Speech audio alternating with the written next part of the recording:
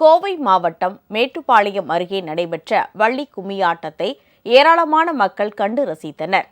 ஒன்னிப்பாளையம் எல்லை கருப்பராயர் கோவிலில் மாதாந்திர பௌர்ணமி பூஜையை முன்னிட்டு சீதாதேவி கலைக்குழுவினர் சார்பில் பெண்கள் வள்ளி கும்மியாட்டத்தை அரங்கேற்றம் செய்தனர். இதில் கலந்து கொண்ட 150 பெண்களும் 20 நாட்களில் பயிற்சி முடித்து அரங்கேற்றம் செய்ததாக கூறப்படுகிறது. இதனை ஏராளமான பொதுமக்கள் கண்டுகளித்தனர்.